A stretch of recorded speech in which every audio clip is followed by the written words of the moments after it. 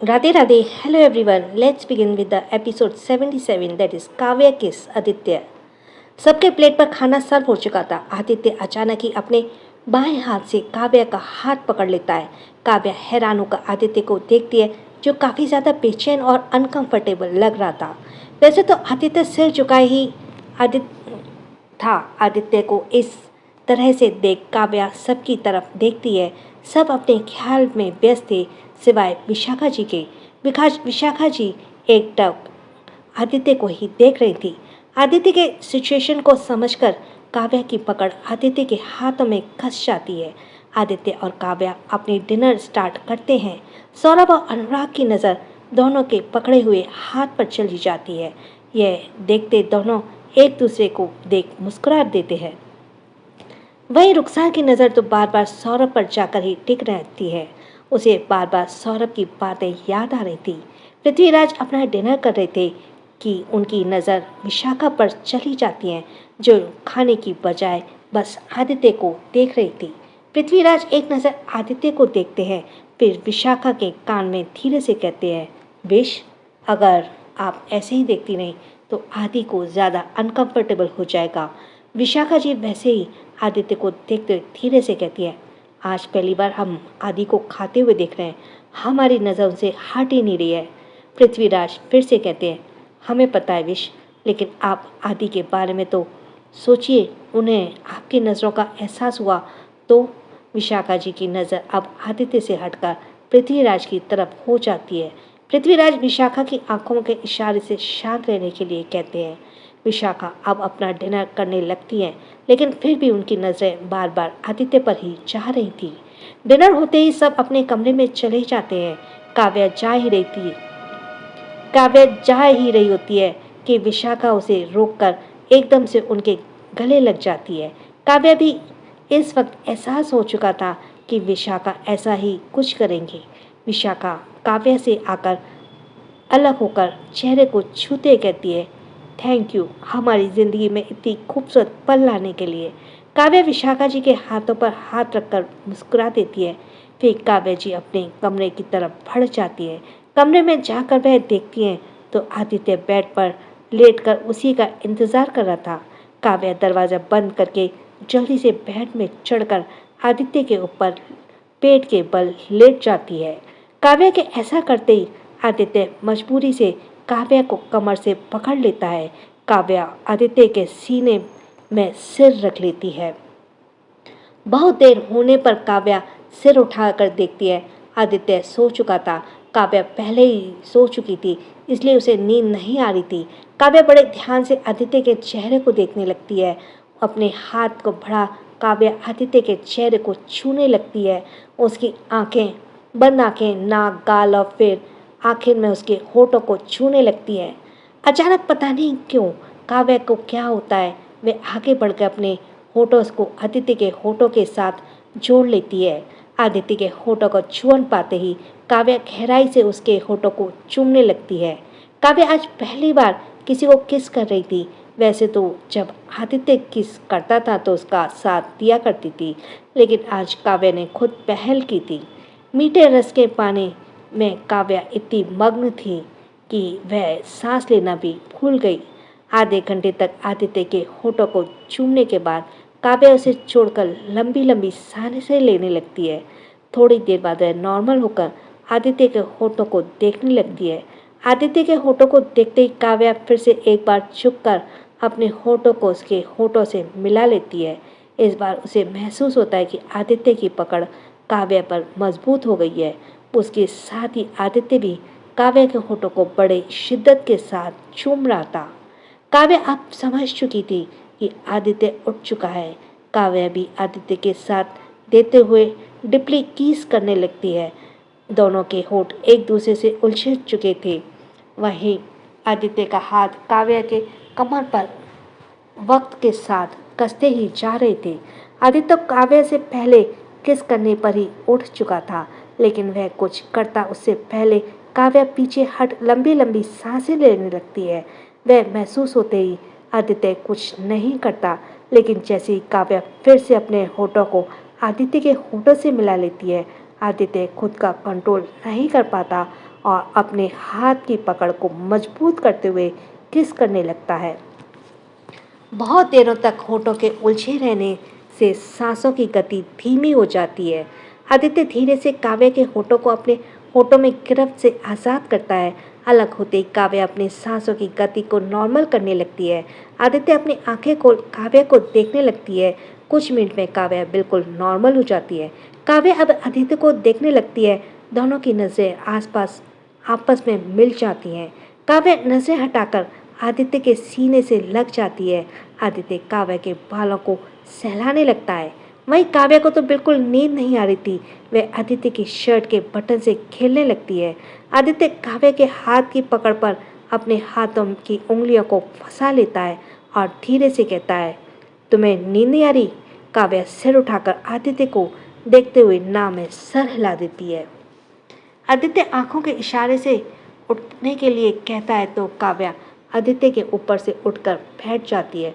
आदित्य भी उठकर खड़ा हो जाता है और कबर्ड से काव्या के लिए एक गाउन लेकर आता है जो उसने कुछ दिन पहले खरीदा था। वह गाउन को देखते हुए कहता है, ये लो, रेडी हो जाओ। काव्या असमंजस में कहती है, पर अभी इस वक्त? आदित्य काव्या की गोद में उठाकर सीधे वॉशरूम में ले जाकर गाउन हाथ में देकर कहता है, ज़्यादा सवाल मत करो और जल्दी से रेडी होकर आओ। इतना बोलते ही आदित्य वॉशरूम से बाहर निकल जाता है। काव्या गाउन को देखने लगती है जो डार्क रेड कलर की थी। कुछ देर बाद काव्या रेडी होकर बाहर आती है। काव्या जैसे ही सामने देखती है तो उसकी नज़रें वहीं ठहर जाती हैं। ब्लैक पैंट, ब्लैक शर्ट के ऊपर डार्क रेड कलर की जैकेट के आदित्य काफ़ी ज़्यादा हैंडसम लग रहा था। वहीं आदित्य की जब काव्य पर पड़ती है तो उसकी भी कुछ ऐसे ही हाल हो जाता है। आदित्य काव्य के पास जाकर उसका हाथ पकड़कर ड्रेसिंग टेबल पर बैठ जाता है। आदित्य काव्य के बालों को सेट करके थोड़ा मेकअप करके मांग में सिंदूर भर देता है। इतना करते ही आदित्य काव्य के हाथ को पकड़कर कमरे से निकल जाता है। आदित्य रॉकी को कॉल करके इन्फॉर्म करता है। दोनों अब कार में बैठ जाते हैं। उनके बैठते ही कार सिंघानिया विला से निकल जाती है। उनके कार के आगे पीछे बहुत सारे बॉडीगार्ड्स और भी चल रहे थे। काव्या इधर उधर देखते हुए कहती है, हम कहाँ जा रहे हैं? आदित्य फ़ोन पर बिजी होकर जवाब देता है, कुछ देर में पता चल जाएगा। काव्या अब कुछ नहीं पूछती, खिड़की से बाहर देखने लगती है। दूसरी तरफ एक होटल रूम में श्रेष्ठा बैठी दरवाजे की तरफ बार बार देखते हुए टाइम को देख रही थी। वहीं ध्रुव बस श्रेष्ठा की हरकतें को ही नोटिस कर रहा था। उसे रहा नहीं जाता और एकदम से पूछता है, वाइफी, मैं अच्छे से पूछ पूछ के थक चुका हूँ, हम किसका इंतज़ार कर रहे हैं? श्रेष्ठा फिर एक बार घड़ी की तरफ देखकर खुद से ही कहती है, पता नहीं वो लोग आएंगे या नहीं। ध्रुव कभी श्रेष्ठा को देखता है तो कभी दरवाजे की तरफ। वह हार मानकर अपने फ़ोन पर बिजी हो जाता है। कुछ ही देर में होटल रूम का दरवाज़ा खुलता है। ध्रुव की नज़रें सामने दरवाजे की तरफ चली जाती है। श्रेष्ठा मुस्कुराते हुए खड़ी हो जाती है। वहीं ध्रुव सामने वाले को देखकर पूरा शॉक्ड हो जाता है। सिंघानिया विला में तंसज पाइप से होते हुए चढ़कर सीधे रूहानी के बालकनी पर जाता है।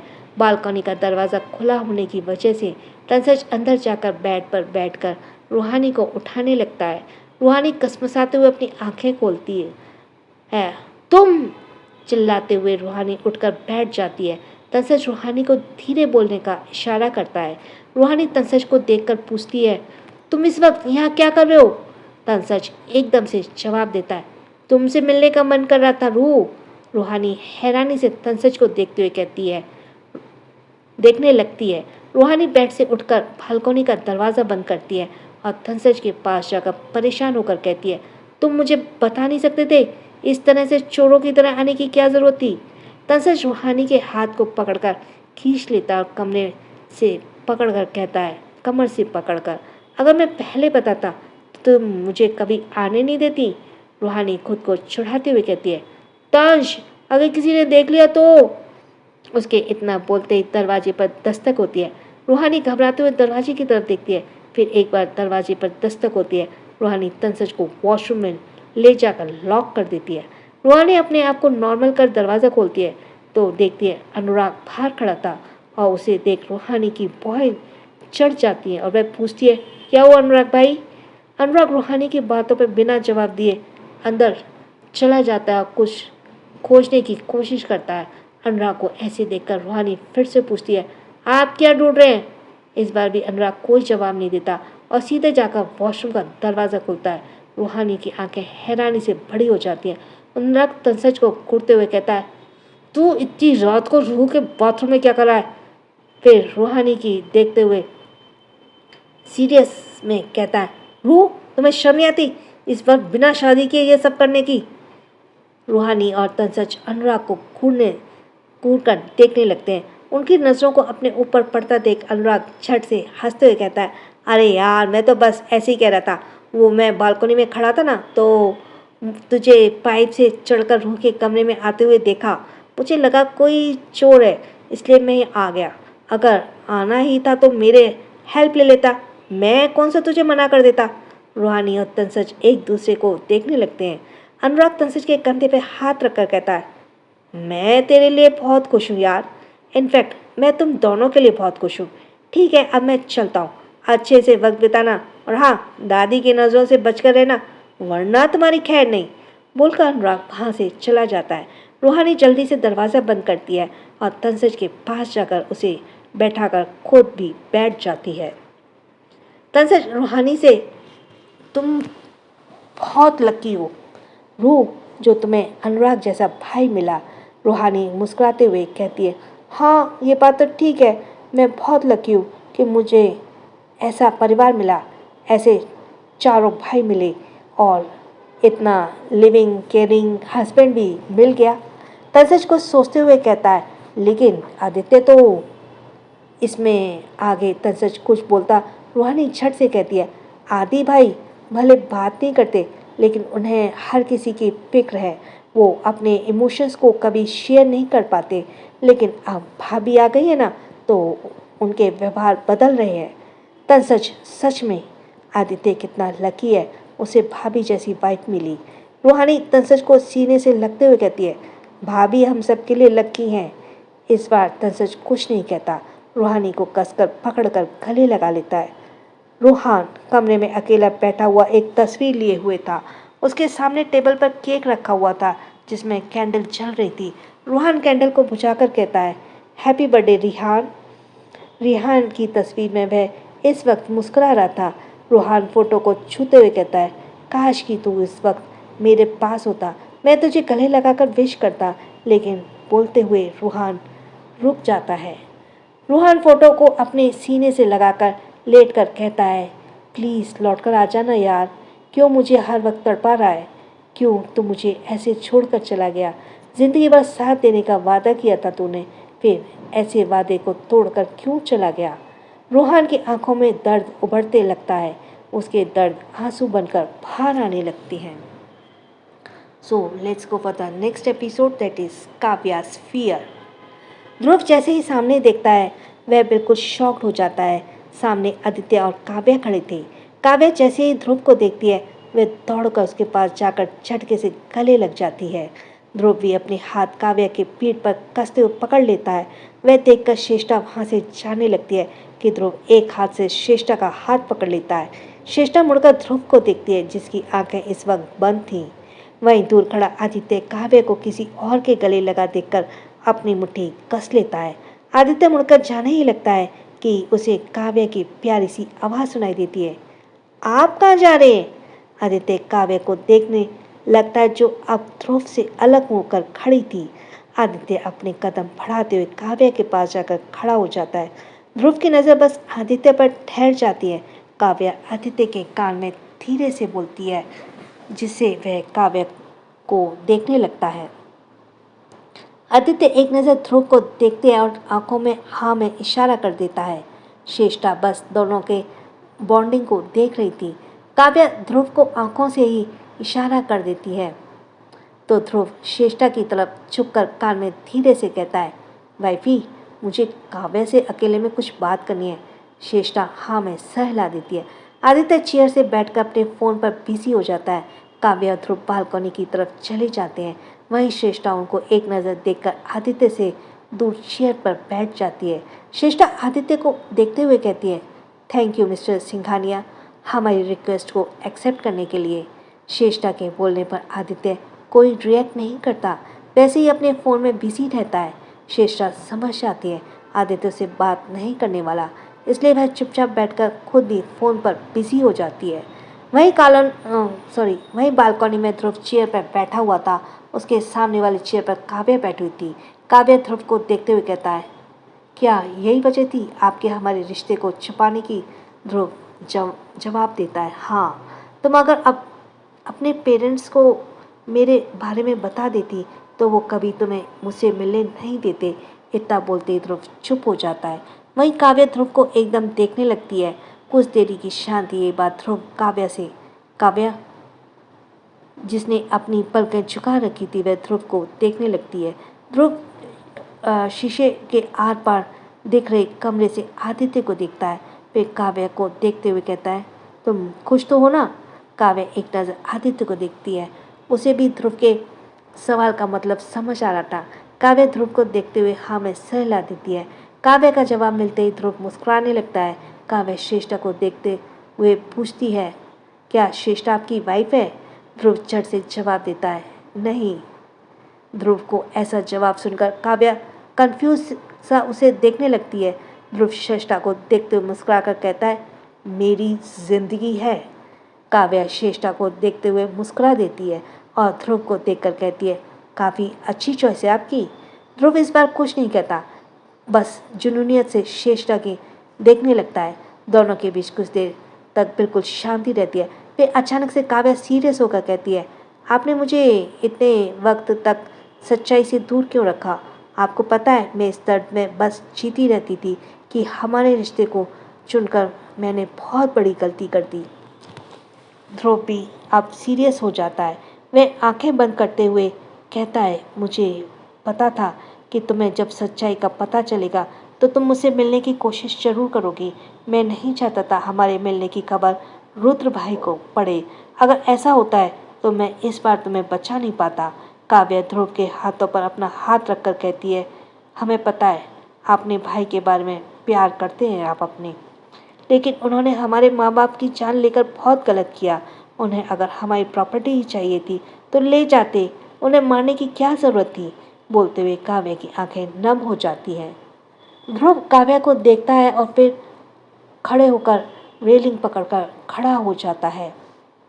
फिर काफ़ी शांति से कहता है, काव्या, रुद्र भाई अब भी तुम्हारी प्रॉपर्टी और तुम्हें पाना चाहते हैं। काव्या ध्रुव को देखने लगती है। ध्रुव आगे बोलता है, मैं रुद्र भाई के खिलाफ कभी नहीं जा सकता, लेकिन मैं उनके लिए तुम्हारे खिलाफ भी नहीं जाऊंगा। मैं आखिरी सांस तक तुम्हारी रक्षा करूंगा। काव्या खड़ी होकर ध्रुव के साथ खड़ी हो जाती है। ध्रुव कुछ देरी की शांति के बाद काव्या कहती है, अब आपकी सांस सिर्फ आपकी नहीं है, श्रेष्ठा से जुड़ चुकी है। आपको कुछ हुआ तो श्रेष्ठा कभी जी नहीं पाएगी, इसलिए अब आप सिर्फ अपनी ज़िंदगी पर ध्यान दीजिए। अगर आपके भाई मुझे पाना चाहते हैं तो मैं खुद उनसे लड़ूंगी, लेकिन आप बीच में नहीं पड़ेंगे। ध्रुव हैरानी से काव्या को देखने लगता है। काव्या ध्रुव के हाथ को अपने सिर पर रख कर कहती है, वादा कीजिए आप मेरे और आपके भाई के बीच में नहीं आएंगे। आप सिर्फ श्रेष्ठा के साथ खूबसूरत जिंदगी जी पाएंगे। ध्रुव झटके से अपने हाथों को हटाकर 2 कदम पीछे हो जाता है और कहता है, ये वादा मैं कभी नहीं कर सकता। तुम्हारी सुरक्षित ज़िंदगी के लिए मैंने पहले ही किसी और को वादा कर दिया है। फिर थोड़ा रुककर, श्रेष्ठा को मैं ज़िंदगी भर खुशियों से भरा ज़िंदगी दूंगा। वैसे भी वो बिल्कुल तुम्हारी तरह है, बहुत मजबूत। उसे ना किसी कभी कुछ होगा और ना मैं होने दूंगा। काव्या एक टक बस ध्रुव को देखती है। काव्या पहले से ही जानती थी कि ध्रुव हमेशा से वही करता है जो वह चाहता है, इसलिए वह बालकनी से कमरे में जाने लगती है कि अचानक से कहती है, अगर हमारी वजह से श्रेष्ठा की आंखों में एक आंसू की बूंद भी आई तो मैं आपको कभी माफ़ नहीं करूंगी। अगर आपने आपकी ज़िंदगी को मेरी वजह से खतरे में डाला तो हम भूल जाएंगे कि हमारा कभी कोई रिश्ता था। बोलकर काव्या अंदर चली जाती है। काव्या को देखते आदित्य अपनी जगह से उठता है और उसका हाथ पकड़कर लेकर जाने लगता है कि पीछे से ध्रुव की आवाज़ आती है, मुझे तुम्हारी बात मंजूर है काव्या। आदित्य और काव्या पीछे मुड़कर देखते हैं। ध्रुव उसके पास आकर सीधा आदित्य का हाथ पकड़ लेता है। आदित्य अपने हाथ को देखता है। ध्रुव अपने दोनों हाथों से आदित्य के हाथ को पकड़कर आंखों में देखते हुए कहता है, काव्या के पिता ने मुझे आखिरी सांस लेते हुए एक वादा मांगा था कि मैं काव्या की रक्षा करूं। वादा तो मैंने ले लिया, लेकिन वह वादा मैं आज तुम्हें सौंपता हूँ। आदित्य, तुम इस वादे का हकदार हो। ध्रुव आदित्य का हाथ छोड़ काव्या की तरफ देखते हुए कहता है, और अगर आदित्य ने अपना वादा पूरा नहीं किया तो तुम मुझे कभी नहीं रोकोगी। काव्या काव्या ध्रुव की देखती है और आदित्य को। ध्रुव अब श्रेष्ठा के पास जाकर हाथ पकड़ कमरे से बाहर निकल जाता है। काव्या बस दोनों को जाते हुए देखती रहती है। श्रेष्ठा भी मुड़ते हुए काव्या और आदित्य को देखने लगती है। वहीं आदित्य बिल्कुल शांत खड़ा था, काव्या को ही देख रहा था। ऐसे ही देखते हुए आदित्य मन में कहता है, वाइफी, रक्षा करने के लिए मुझे किसी वादे की जरूरत नहीं है। मैं हर पल हर वक्त रक्षा करूंगा। काव्या अब आदित्य को देखती है तो आदित्य आंखों के इशारे से पूछता है। काव्या ना में सिर हिला देती है। आदित्य काव्या को लेकर होटल रूम से निकल जाता है। वहीं ध्रुव श्रेष्ठा को लेकर कार में बैठ जाता है। श्रेष्ठा सवालिया नजर से ध्रुव को देखती है। ध्रुव श्रेष्ठा के नजरों को समझते हुए तुरंत जवाब देता है, मेरे पास सवालों के जवाब देने की बिल्कुल ताकत नहीं है। कहते हुए ध्रुव श्रेष्ठा के गले लगाकर कहता है, मुझे बहुत नींद आ रही है वाइफी। श्रेष्ठा मुस्कुराते हुए ध्रुव के बालों पर हल्का फेरने लगती है। कुछ ही देरी में ध्रुव श्रेष्ठा के गले लगे ही सो जाता है। श्रेष्ठा अपना फ़ोन निकालकर देखने लगती है। फ़ोन में वो गैलरी निकालकर फ़ोटो को देखने लगती है। पूरी गैलरी में ध्रुव और श्रेष्ठा की तस्वीरें थी, जिसमें दोनों बहुत खुश और अच्छे लग रहे थे। श्रेष्ठा मुस्कुराते हुए फ़ोटो को देखकर फ़ोन बंद कर देती है और धीरे से ध्रुव के कान में कहती है, आई लव यू ध्रुव। ध्रुव कसमसाते हुए श्रेष्ठा को और टाइटली पकड़ लेता है। वहीं काव्या ध्रुव की बातों को ही सोच रही थी। इसके अलावा आदित्य को कोई जवाब न देता भी काव्या को बहुत ज़्यादा खटक रही थी। ध्रुव ने बोलने पर काव्या ने आदित्य के चेहरे को देखा था। उस वक्त भी आदित्य का चेहरा एक्सप्रेशन लेस था। वैसे तो काव्या को अच्छी तरीके से पता था कि आदित्य हमेशा ही ऐसे ही रहता है, लेकिन उसे फिर भी आज बहुत ज़्यादा बेचैनी हो रही थी। वह चाहती थी कि आदित्य उस वादे को स्वीकारे, लेकिन उसका चेहरा टूटता हुआ नजर आ रहा था। वह फिर एक बार उसी वक्त में पहुंच जाती है जब उसकी नई नई शादी हुई थी, और उस वक्त की आदित्य की बातें जो वह सब साबित करती हैं कि आदित्य इस रिश्ते को तोड़ देगा। काव्य फिर एक बार उसी सिरे में पहुंच जाती है जहां से शुरुआत हुई थी। काव्य के दिमाग में बस एक ही बात चलने लगी कि अर्जुन के ठीक होते ही आदित्य उसे छोड़ देगा। काव्य एकदम से बोल पड़ती है, अर्जुन ठीक होंगे तो क्या आप मुझे छोड़ देंगे? बोलते हुए काव्य आदित्य को देखने लगती है। आदित्य काव्य को ही देख रहा था। वहीं काव्य के सवाल को ड्राइवर और रॉकी भी सुन लेते हैं। वह दोनों भी सोच में पड़ जाते हैं, क्योंकि आदित्य के चेहरे को देखकर बिल्कुल पता नहीं लगाया जा सकता था कि वह क्या सोच रहा है, क्या करेगा और काव्य के लिए उसके इमोशंस कैसे हैं। रॉकी ने आदित्य को एक बार तो फीलिंग्स देखी थी जब प्रीत ने काव्य के बक्से में बंद करके रखा था, लेकिन उसके बाद शायद ही उसने आदित्य के चेहरे पे कोई फीलिंग्स देखी हो। आदित्य बस एकटक काव्य को देखने लगता है। वहीं काव्य बेसब्री से अपने सवालों के जवाब को सुनने के लिए इंतज़ार कर रही थी, लेकिन शायद उसका इंतज़ार कभी खत्म होने का नाम नहीं लेने वाला था। आदित्य आंखें बंद करके सीट से टेक बैठ जाता है। काव्य का डर अब सच में बदलने लगा। खामोशी की इस लहर में बस कार में चलने की आवाज़ें सुनाई दे रही थी। काव्य अभी आदित्य को ही देख रही थी। वहीं रॉकी मिरर में आदित्य और काव्य को देख रहा था। उसे भी आदित्य का जवाब न देना बहुत ज़्यादा खटक रही थी। काव्य का नेचर रॉकी को काफ़ी अच्छा लगा है, जिसे काव्य को ऐसे देख रॉकी को बहुत ज़्यादा बुरा लगता है। वह जानता था कि काव्य आदित्य के काफ़ी ज़्यादा क्लोज हो चुकी है, और अभी आदित्य उससे दूर गया तो काव्य दर्द की दुनिया में दाखिल हो जाएगी। सवालों के घेरे में ही काव्य आदित्य के नज़रें फेर कर बैठ जाती है और बाहर देखने लगती है। काव्य की नज़रें फेरते ही आदित्य अपनी आंखें खोल काव्य को देखने लगता है। काव्या बिल्कुल उदास और गुमसुम सी बैठी हुई थी। आदित्य फिर एक बार अपनी आंखें बंद कर लेता है। खामोशी का सफर कुछ वक्त में खत्म हो जाती है। सारी गाड़ियां एक एक करके सिंघानिया विला में रुक जाती हैं। काव्या बिना वक्त गवाए आदित्य को बिना देखे विला के अंदर चली जाती है। आदित्य आंखें खोल काव्या को जाते हुए देखने लगता है। थोड़ी देर तक वह वैसे ही अपनी जगह पर बैठा रहता है। ड्राइवर और रॉकी भी वैसे ही वहाँ बैठे रहते हैं। बहुत देर तक आदित्य कार में रहता है। फिर कार से बाहर निकलकर विला के अंदर चला जाता है। उसके जाते ही ड्राइवर भी कार से निकल जाता है, लेकिन रॉकी बस आदित्य को जाते हुए देखते रहता है। कमरे में आकर आदित्य को देखता है तो काव्या सो चुकी थी। आदित्य काव्या की तरफ बढ़ते कदम हुए जाने लगता है, लेकिन पता नहीं उसे अचानक क्या होता है कि वह अपने कदम पीछे करते हुए कपबोर्ड की तरफ जाकर कपड़े निकालकर वॉशरूम में चला जाता है। रॉकी बहुत देर तक कार में बैठने के बाद बाहर निकल जाता है। वह जा ही रहा था कि उसके कुछ एहसास होता था। वह मुड़कर पीछे देखता है। माया गार्डन में बैठी हुई थी।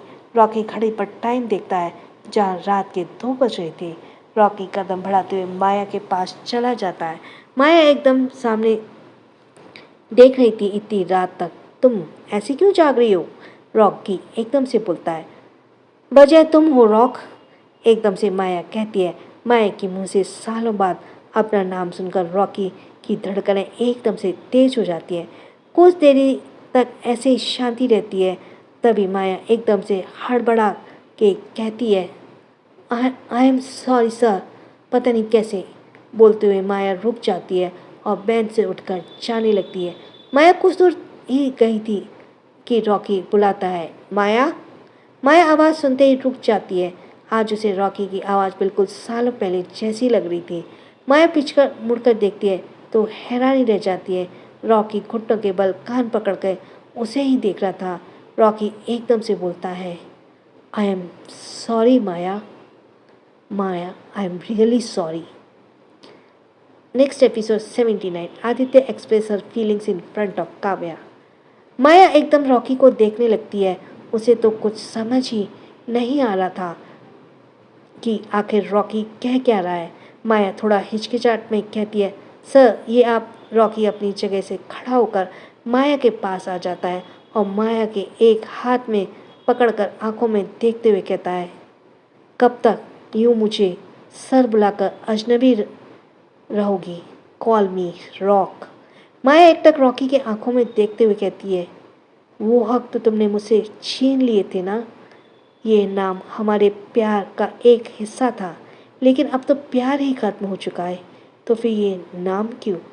रॉकी माया के चेहरे को दोनों हाथों से थामकर अपने होठों से माथे पर चूम लेता है और फिर आंखों में देखते हुए कहता है, आई लव यू माया। माया एकदम से सन पड़ जाती है और रॉकी फिर एक बार कहता है, आई एम सॉरी। मैंने तुम्हें खुद से इतना दूर रखा। सच्चाई का पता मुझे उस वक्त हो गया था जब मैं तुम्हें छोड़कर जाने वाला था, लेकिन उसके बावजूद मैं तुम्हारे पास नहीं आ सका, क्योंकि मैं खुद के नज़रों में गिर चुका था। तुम्हारे प्यार पर शक करके मैं तुमसे कभी नज़र नहीं मिला सकता था। रॉकी आगे कहता है, मुझे लगता है तुमसे दूर जाऊंगा तो तुम मुझे भूल जाओगी, लेकिन तुम्हें खुद के लिए रोज़ तड़पता मैं देखते आया हूँ। मैं तुम्हें ऐसे नहीं देख सकता माया। क्या हम अपने रिश्ते को नए सिरे से शुरू कर सकते हैं? माया झटके से रॉकी के गले लगकर रोने लगती है। वह रोते हुए कहती है, क्यों किया तुमने ऐसा? तुम्हें अच्छे से पता था कि मैं तुम्हारे बिना जी नहीं पाऊंगी, इसके बावजूद मुझे छोड़कर चले गए। तुम्हें नहीं पता मैं किस कदर खुद को संभाला है। रॉकी माया के बालों पर हाथ फेरते हुए शांति से कहता है, आई एम रियली सॉरी माया। अब मैं तुम्हें कभी छोड़कर नहीं जाऊंगा। माया कस के रॉकी के पकड़ लेती है। रॉकी भी उसे टाइटली पकड़ लेता है। सुबह के वक्त काव्या की आंखें धीरे धीरे खुलती हैं। आंखें खुलते ही उसे आदित्य दिखता है, जो कब से उसे ही एकटक देखे जा रहा था। काव्या उसे मुंह फेरते उठकर बैठ जाती है। आदित्य सीधे जाकर काव्या की गोद में उठा लेता और वॉशरूम में चला जाता है। काव्या बस हैरानी से उसे देखने लगती है। आदित्य काव्या को शॉवर के नीचे खड़ा करके शॉवर ऑन कर देता है। दोनों की नज़र अब एक दूसरे पर चली जाती है। आदित्य काव्या के कमर को पकड़कर करीब खींच लेता है और एक हाथ उसके गालों पर रखते हुए कहता है, सवाल तब पूछना चाहिए जब जवाब मिलने की संभावना हो। तुम्हें पता है कि मैं बात उसी वक्त करता हूँ जब हमारे बीच कोई ना हो, लेकिन इसके बावजूद तुम हर वक्त मेरी खामोशी को गलत क्यों समझती हो वाइफी? वाइफी शब्द सुनते ही काव्या के दिल जोरों से धड़कने लगता है और अपनी बड़ी बड़ी आंखों से आदित्य को देखती रहती है। दोनों के ऊपर शावर का पानी कुछ इस हाथ से गिर रहा था कि शरीर को पूरा भिगा दे रहा था। आदित्य अपना हाथ हटाकर काव्या को छोड़कर जाने लगता है। तभी काव्या उसका हाथ पकड़ लेती है। मुझे आपकी खामोशी से डर लगता है। अनचाहे रिश्ते में जो हम बंधे हुए हैं, इस रिश्ते के टूटने से डर लगता है। आपकी जो आदत मुझे लग चुकी है, इस आदत के छूटने से डर लगता है। आदित्य पीछे मुड़कर काव्या को देखने लगता है, जिसके चेहरे पे ये सब बोलते हुए डर दिख रहा था। आदित्य काव्या के थोड़े करीब जाकर दोनों हाथों में चेहरे को थाम लेता है और उसकी आंखों में देखते हुए कहता है, डर तो मुझे भी लगता है, अपनी किस्मत से। जन्म होते ही मेरी किस्मत ने मुझे अपनी माँ से दूर कर दिया, उसके बाद मेरे सारे परिवार को दूर कर दिया। ऐसी अगर किस्मत ने तुम्हें मुझसे दूर कर दिया, इस बात से मुझे बहुत डर लगता है। आदत तो मुझे भी तुम्हारी लग चुकी है, इस आदत के छूटने को मुझे भी डर लगता है। आदित्य आगे कहता है, वाइफी मुझे पता है हमारी जिस तरह शादी हुई और उसके बाद जो मैंने तुम्हें छोड़ने की बात कही, वे सब बातें अब भी तुम्हें इफ़ेक्ट करती हैं, लेकिन तब और अब में बहुत अंतर हो चुका है।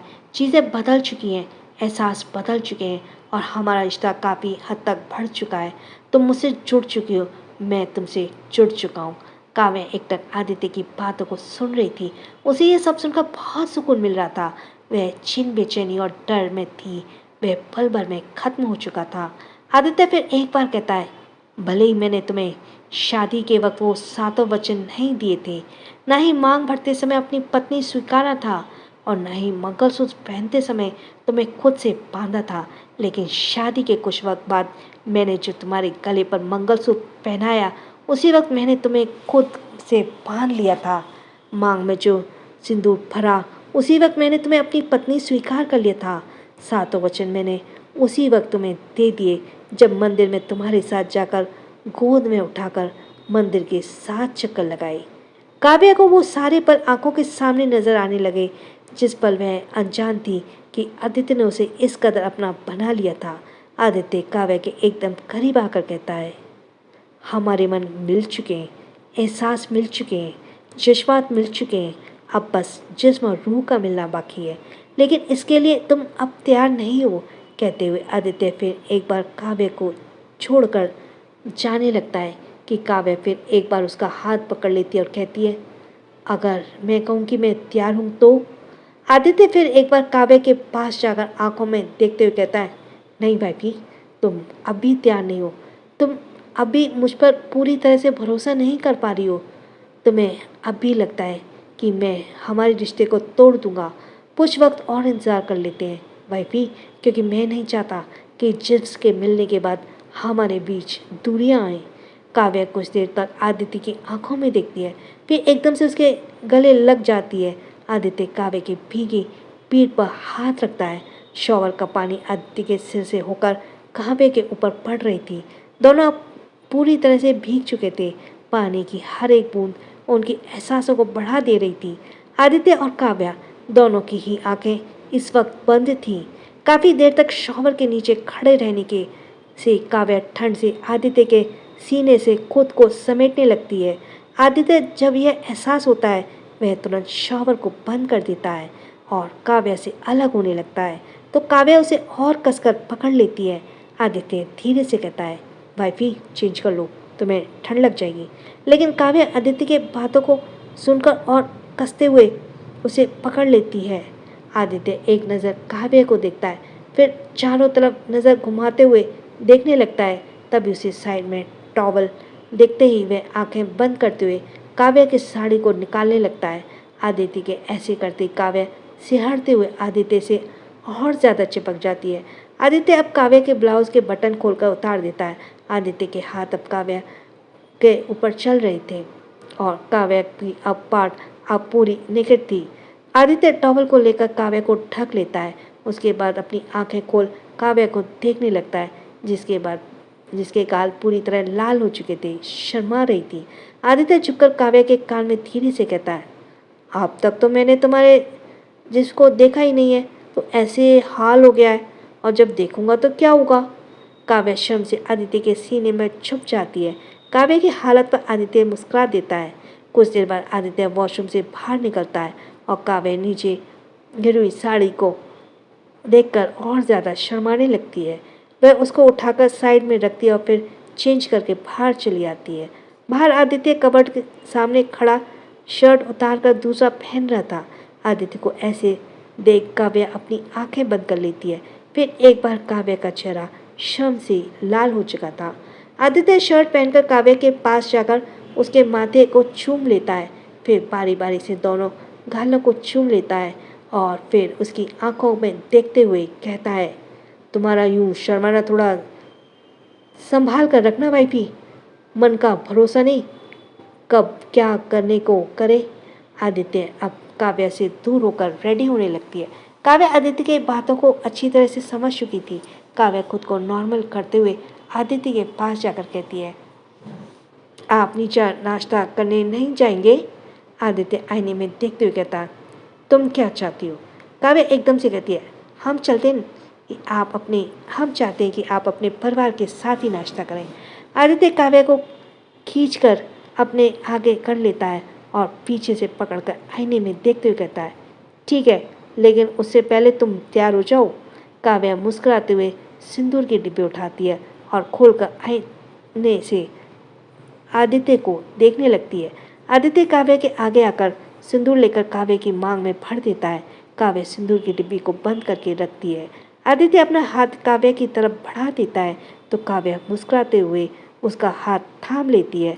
अब दोनों कमरे से निकल जाते हैं। सीढ़ियों से होते हुए दोनों एक दूसरे को हाथ पकड़ नीचे उतर रहे थे। डाइनिंग टेबल पर बैठे सभी की नज़रें दोनों पर पड़ती हैं तो एक सुकून से भरी मुस्कान सबके होठों पर आ जाती है। शहर से दूर एक बड़ी सी जमीन पर साम्राज्य फैला हुआ था। उस बड़े से साम्राज्य का मालिक रुद्रांश सूर्यवंशी अपने बड़े से विला के कमरे चेयर पर एक पैर के ऊपर दूसरा पैर रखे बैठा हुआ था। उसके सामने चेयर पर एक आदमी रस्सी से बंधा हुआ था। उसकी हालत हद से ज़्यादा बदतर थी और एक बॉडीगार्ड आकर उस आदमी के सामने कुछ पेपर्स रखता है। वह आदमी नफरत से रुद्रांश को देखते हुए कहता है, चाहे कुछ भी कर लो, मैं अपनी प्रॉपर्टी तुम्हें नहीं दूंगा। रुद्रांश टेबल स्माइल देते हुए बॉडीगार्ड को कुछ इशारा करता है तो वह बॉडीगार्ड किसी को कॉल करता है। कुछ ही पल में एक दूसरा बॉडीगार्ड एक लड़की का बाल पकड़कर खींचते हुए लेकर आता है और आगे धकेल देता है। वह लड़की सीधे रुद्रांश के सामने जाकर गिरती है। रुद्रांश लड़की को पकड़कर अपनी गोद में बिठा देता है और उसके चेहरे से होते हुए शरीर पर हाथ फेरते हुए कहता है, कितने नाजुक है ना, इसे पाला है नाजों से तुमने, पर तुम्हारी एक गलती इस नाजुक की हरकत पर आ सकती है। कितने नाजों से पाला है तुमने, पर तुम्हारी एक गलती नाजुक की इज्जत पर आ सकती है। अगर मैंने इसे छूना शुरू किया तो फिर एक हफ्ते तक मेरे बेड से नहीं नीचे उतरेगी। वह लड़की डर से कांपते हुए अपने पापा को देखने लगती है। वहीं सामने बैठा आदमी गुस्से से रुद्रांश को देख रहा था। रुद्रांश लड़की के होठों को सहलाते हुए कहता है, जाने मन, उफ, ये क्या बोल दिया, मेरी जाने मन तो कोई और है। अच्छा सुनो, अपने इस पापा को समझाओ, बहुत दिनों से मुझे परेशान करके रखा हुआ है। इसे कहो कि ज़्यादा परेशान ना करे, वरना फिर सारी परेशानी तुम्हें झेलनी पड़ेगी। सामने बैठा आदमी गुस्से से चिल्लाता है, ना मर्द, मेरी बेटी से क्या बात कर रहा है, अगर हिम्मत है तो मुझसे बात कर। रुद्रांश गुस्से से गन निकालकर उस आदमी के पैर पर शूट कर देता है। वह लड़की और ज़्यादा डर से कांपने लगती है। उस आदमी के पैर में झरझर कर खून बहने लगता है। रुद्रांश, नामर्द बोलकर तूने बहुत बड़ी गलती कर दी। मर्दानगी देखनी है ना तुझे, अब मैं दिखाता हूँ। रुद्रांश लड़की को उठाकर खड़ा होता है और लड़की को खींचते हुए लेकर बेड पर फेंक देता है। वह आदमी अपने सामने अपनी बेटी की इज्जत पर आंच आते देख गड़गड़ाते हुए कहता है, प्लीज़ उसे कुछ मत करो, जो करना है मेरे साथ करो। लेकिन रुद्रांश उसकी बात ना सुनकर अपनी शर्ट निकाल कर फेंक देता है और वह लड़की डर से सिकुड़ने लगती है। रुद्रांश लड़की का पैर पकड़कर खींच लेता है और उसके ऊपर आकर गर्दन पर जोर जोर से काटने लगता है। वह लड़की दर्द से चिल्ला उठती है। तभी वह आदमी जोर से चिल्लाता है, तुम्हें मुझसे जो चाहिए मैं देने के लिए तैयार हूँ। रुद्रांश रुककर डेविल स्माइल देता और लड़की के गाल पर थपथपाते कहते हैं, यू आर वेरी लकी। बोलते हुए रुद्रांश लड़की के ऊपर से हटकर अपनी शर्ट पहनकर फिर से आदमी के सामने वाली चेयर पर बैठ जाता है। बॉडीगार्ड उस आदमी के हाथों की रस्सी खोल देते हैं तो वह आदमी जल्दी से सारे पेपर्स पर सिग्नेचर कर देता है। रुद्रांश पेपर को लेकर कमरे से बाहर निकल जाता है। वह आदमी खड़ा होकर लड़खड़ाते हुए उस लड़की के पास जाता है और उसे बुलाने लगता है। वह लड़की बेड से उठकर अपने पापा के गले लगकर रोने लगती है। वही रुद्रांश अपने कमरे में जाता है। कमरे में 2 बड़ी सी तस्वीरें थी जिसमें एक काव्य थी और दूसरी आदित्य की। रुद्रांश काव्य की तस्वीर को देखते हुए कहता है, जाने मन और कितना तड़पाओगी मुझे, मैं तुम्हें पाने के लिए बेकरार हूँ। फिर आदित्य की तस्वीर को देखकर गुस्से से कहता है, आदित्य सिंघानिया, तुमने मेरी जाने मन को अपना बनाकर बहुत बड़ी गलती कर दी। दुश्मनी तो बहुत पहले से थी, तुमने उसे और बढ़ा दी। Thanks for listening. छोटों को प्यार, बड़ों को सम्मान। राधे राधे।